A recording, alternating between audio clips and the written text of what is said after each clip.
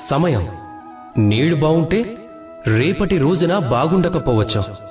శక్తి అనేది ఈ రోజు మీలో ఉన్న రేపు మీకు దూరం కావచ్చు. ఈ శరీరం ముందే అస్తిత్వం. ఎప్పుడైతే మీ వయసు పెరుగుతూ ఉంటుందో బలం తగ్గిపోతూ ఉంటుంది, అందం తగ్గిపోతూ ఉంటుంది. ఇక సంపద ఈరోజు మీదైతే రేపు ఇంకెవరిదో అవుతుంది.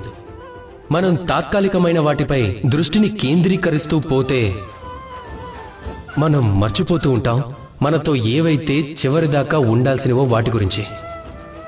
మీకు తోడుగా ఉండి మీ చెయ్యి పట్టుకొని నడిపించేవి ఏమిటంటే అదే మీ స్వభావం, అవగాహన, అర్థం చేసుకోవటం, అలాగే నిజమైన స్నేహం. మీ స్వభావంలో శాంతిని పెంచుకోండి, మీ కర్మల్లో అవగాహనని చూపండి.